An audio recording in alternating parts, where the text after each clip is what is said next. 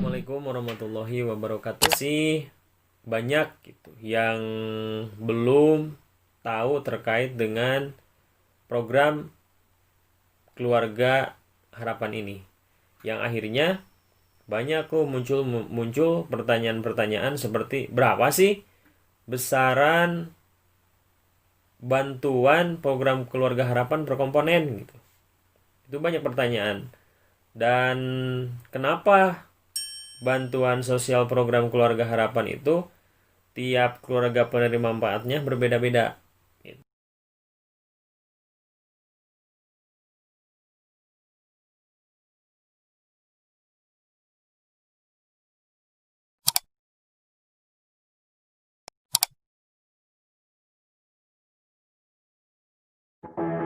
Audio Jungle.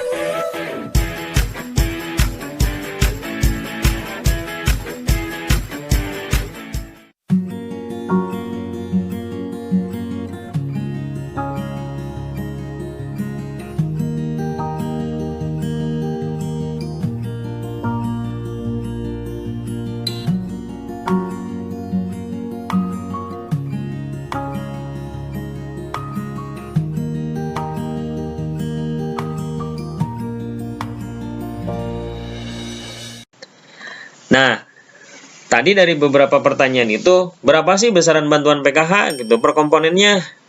Gitu. Berapa gitu. Nah, ini ada indeks bantuan sosial program keluarga harapan di tahun 2020 gitu ya. Ini yang terbaru nih. Nah, di indeks bantuan ini di sini ada perubahan. Indeks bantuan itu ada di komponennya kesehatan. Itu di kategori ibu hamil dan balita. Nah, ini bantuan komponen setiap jiwa per tahun. Ini dihitungnya per tahun. Di sini yang pertama adalah ibu hamil. Ibu hamil ini besarannya itu adalah sebesar 3 juta rupiah per tahun. Anak usia dini, usia 0 sampai dengan 6 tahun, sama 3 juta rupiah per tahun. SD sederajat 900.000 rupiah per tahun. SMP sederajat 1.500.000 rupiah per tahun. SMA sederajatnya 2 juta rupiah per tahun. Nah, untuk komponen kesejahteraan sosial adalah penyandang disabilitas berat. Indeks bantuannya 2.400.000 rupiah per tahun dan lanjut usia sebesar 2.400.000 rupiah per tahun. Nah, ini dari bantuan komponen ini maksimalnya 4 orang dalam satu keluarga, tidak bisa lebih. Jadi 4 orang dihitung. Di dalamnya ada 5 orang, tetap yang dihitung adalah 4 orang saja dalam satu keluarga. Untuk mendukung channel ini, jangan lupa klik tombol subscribe. Klik tombol apa? Subscribe. Klik tombol apa? Subscribe. Dan jangan lupa nyalakan loncengnya untuk mengetahui video-video terbaru di channel Rulan Subagja Official. Nah, sahabat sosial, selanjutnya dari pertanyaan yang kedua tadi, kenapa sih bantuan sosial program keluarga harapan itu tiap KPM-nya itu berbeda-beda gitu, dari nominalnya ya. Nah, di sini supaya lebih jelasnya dan lebih ada gambaran gitu terkait dengan pertanyaan yang kedua itu, maka di sini saya berikan contoh kasus gitu ya. Contoh kasus terkait dengan indeks atau jumlah bantuan yang diterima dalam satu keluarga. Nah, contoh kasus yang pertama. Ya, contoh kasus yang pertama. Di sini ada satu keluarga. Keluarga Fulan kasus 1 gitu ya. Nah, di sini ada ibu 1, punya anak SD-nya 1, anak SMP-nya 1. Berarti kan di sini ada 3 penerima manfaat kan ya? 3. Nah, bantuan yang diterimanya siapa aja tuh dari keluarga Fulan kasus 1 ini. Nah, di sini yang masuknya itu adalah yang pertama anak SD. Besarannya itu adalah Rp900.000 tuh per tahun. Anak SMP-nya Rp1.500.000 per tahun. Jadi total 1 tahunnya itu menerima bantuan PKH adalah Rp2.400.000 per tahun.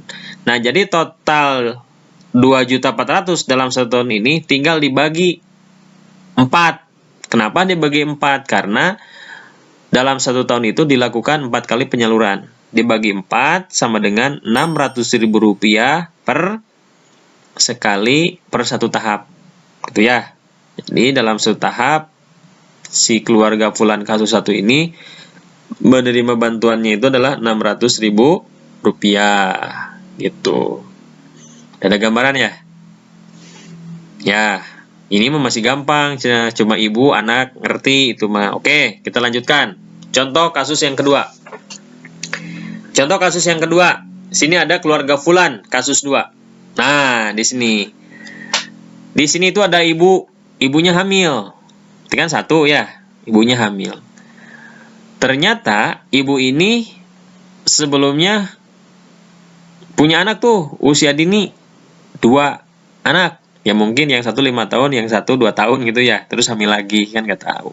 Anak SD-nya 1, anak SMP-nya 1, anak SMA-nya 1. Berarti kan di sini ada sebanyak 6 ya. 6 nih, ada 6 orang nih di keluarga ini. Nah, pertanyaannya, siapa aja yang dapat menerima program PKH? Karena kan di PKH itu maksimal 4 orang katanya. Gimana sih cara ngambilnya? Nah, yang mendapatkan bantuan PKH-nya dari 6 orang ini nih. Yang pertama itu ibu hamil. Ibu hamil jelas, ibu hamil masuk penerima PKH. Besarannya itu adalah Rp3.000.000 per tahun. Anak usia dini 2 dikali 3 juta, 6 juta per tahun. Anak SMA 2 juta per tahun. Totalnya itu adalah dalam 1 tahun 11 juta rupiah nih keluarga si Fulan kasus A menerima bantuan PKH dalam 1 tahun.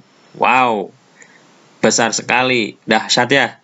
Nah, pertanyaannya, pasti kan ada pertanyaan, kenapa itu anak usia dininya dimasukin dua-duanya? Kan di situ ada anak SD dan SMP. Nah, di sini ibu hamil dan anak usia dini ini adalah menjadi satu target. Karena di kita itu adalah kasus kekurangan gizi dan stunting sangat tinggi. Maka pemerintah dalam indeks bantuan ibu hamil dan balita, komponen kesehatan itu besar sekali, 3 juta untuk komponen kesehatan. Maka ini sebagai target ibu hamil 3 juta. Ini harapannya adalah dari 3 juta ini bisa dimanfaatkan untuk datang ke fasilitas kesehatan. Untuk membeli gitu ya, makanan yang bergizi, asupan nutrisi untuk siapa? Untuk ibu hamilnya dan janinnya, supaya pada saat nanti lahir anaknya sehat, gitu kan ya. Nah, anak usia dini 2, di sini kan rentan anak usia dini. Apalagi keluarga prasejahtera kan ya, sudah kebayang lah makannya gitu, asupan nutrisinya, karena kan dari sisi penghasilannya pula itu tidak mencukupi. Apalagi di sini kan keluarganya banyak. Nah, anak usia dini 2, yaitu stunting itu tadi, stunting, kekurangan gizi. Jadi harapannya dari 2 balita ini harus sehat gitu, harus sehat. Maka targetnya ini jadi besar, targetnya makan bergizi, asupan nutrisinya gitu. Datang ke posyandu atau fasilitas kesehatan, diimunisasi, dicek tumbuh kembang anaknya seperti apa dan bagaimana. Ini nanti kan terdeteksi. Karena kan kita pun bekerja sama ya dengan bidan desa gitu, dengan puskesmas gitu, untuk sama-sama memantau gitu dari keluarga-keluarga yang mendapatkan bantuan sosial dari PKH. Nah, yang terakhir di sini ada anak SMA 2 juta rupiah. Kenapa sih anak SD dan SMP-nya tidak masuk gitu ya? Nah, pemerintah itu akan lebih menargetkan dulu anak SMA. Kenapa anak SMA? Karena anak SMA itu adalah sudah di penghujung pendidikan. Ya, tingkat sekolah. Nah, harapannya di sini anak SD dan SMP ini masih ada peluang. Anak SD pasti nanti akan melanjutkan ke SMP, SMP melanjutkan ke SMA. Tapi takutnya ya dikhawatirkan kalau tidak segera disuntik dana untuk anak SMA, dikhawatirkan ini bisa putus sekolah. Kalau sudah putus sekolah, maka ini akan jadi masalah dalam keluarga ini. Nah, targetnya di sini kenapa didulukan anak SMA daripada SD dan SMP? Harapannya anak ini supaya segera tuntas untuk sekolah tingkat SMA-nya, dan nanti harapannya pun jika sudah lulus sekolah minimal bisa menghidupi keluarganya dan mudah dalam mencari pekerjaan gitu ya untuk dirinya sendiri. Dan alhamdulillah kalau memang anak ini bisa membantu ekonomi keluarganya. Itu, dan mudah-mudahan juga gitu. Nanti pada saat bekerja, dia pun bisa ada keinginan untuk melanjutkan ke tingkat sekolah tinggi atau kuliah gitu ya. Nah, jadi bantuannya ini, ibu hamil dapat usia dini dua-duanya, dan anak SMA, SD dan SMP itu tidak dihitung. Jadi yang paling tinggi aja dulu dihitungnya, dan anak SMA. Jadi sebesar 11 juta rupiah per tahun. Wow, besar sekali. Nah, bantuan yang diterima per tahapnya itu adalah 2.750.000 rupiah. Dahsyat ya, luar biasa. Nah, ini harus kita perhatikan bersama gitu. Karena supaya bantuan yang diberikan pemerintah itu dimanfaatkan sesuai dengan apa yang diharapkan oleh pemerintah dan dibutuhkan oleh keluarga itu gitu. Nah, ini contohnya ya, kasus 2. Udah mulai jelas ya? Ya, lanjutkan lagi. Contoh kasus yang ketiga, biar lebih paham lagi gimana sih cara ngitung bantuan di PKH gitu. Ini penting nih, jarang banyak yang tahu ini. Nah, keluarga Fulan, kasus 3. Ibu, ada neneknya 70 tahun, 1 orang, anak usia dininya 1 orang, anak SD 1 orang, anak SMP 1 orang, anak SMA 1 orang. Di sini kan berarti ada 6 juga. Ya, tapi di sini nambahnya anak usia dini 1, ada neneknya 1. Ibunya di sini nggak hamil. Nah, yang menerima bantuannya itu adalah nenek 70 tahun, 2.400.000, ini harus nerima tuh. Berarti kan ibunya ya udah nggak ada yang ngurus, jadi masuk ke keluarga ini. Anak usia dininya 3 juta, anak SMA-nya 2 juta, anak SMP-nya 1.500.000. Jadi total dalam 1 tahun itu adalah 8.400.000 rupiah. Tinggal dibagi saja 4 kali penyaluran, berarti setiap nerimanya itu adalah 2.100.000 rupiah. Masih wow juga. Ya, makanya kita harus bersama-sama gitu. Dukung mereka supaya sukses gitu ya, dan program pemerintah pun supaya bisa dapat dimanfaatkan dengan sebaik-baiknya. Yang terakhir nih, biar lebih mantep pisan lah. Contoh kasus yang keempat. Kasus yang keempatnya adalah keluarga Fulan. Dalam satu keluarga itu ada ibu pengurus, nenek 70 tahun, disabilitas berat 1 orang, anak SD 1 orang, anak SMP 1 orang, anak SMA 1 orang. Yang menerimanya siapa aja? Nenek, jelas, lansia, 2.400.000 rupiah. Di sini ada disabilitas, ini prioritas juga, disabilitas berat, 2.400.000 rupiah.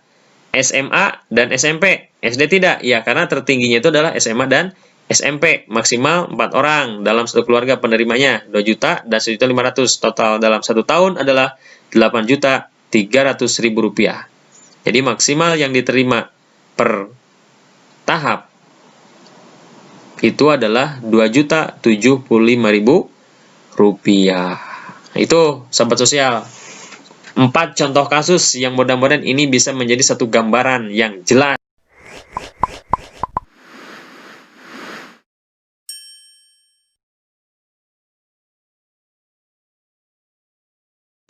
Nah, itu sahabat sosial, udah diberikan contoh kasus 4 ya. 4 contoh kasus, mudah-mudahan ini bisa menjadi semakin jelas, semakin mantap gitu. Dan tidak penasaran gitu, kenapa sih bantuan sosial PK itu tiap KPM berbeda-beda. Nah, itu contoh kasusnya, mudah-mudahan bisa dipahami ya. Insya Allah lah pasti dipahami. Dan selanjutnya, sahabat sosial semuanya, ya, walaupun tadi jumlah maksimum dalam keluarga itu adalah 4 orang penerima manfaat programnya, namun semua anggota keluarga itu wajib memenuhi komitmen, wajib memenuhi dalam pemenuhan kebutuhan keluarganya. Seperti pemeriksaan kehamilan, itu harus dilakukan, imunisasi, rajin ke sekolah, gitu, pemeriksaan kesehatan, dan lain-lain. Itu sebagai catatan. Nah, hak KPM. Haknya apa saja sih yang didapatkan oleh keluarga penerima manfaat program PKH? Hak KPM. Yang pertama itu bantuan sosial. Tuh tadi udah dijelaskan tuh. Bantuan sosial PKH. Bantuannya sudah jelas tadi, besar-besar ya. besar-besar. Itu haknya. Apalagi hak yang didapatkannya pendampingan PKH. Didampingi dalam kegiatan sehari-harinya. Makanya ada pendamping PKH. Ini adalah salah satunya untuk mendampingi, mengawasi, memverifikasi gitu.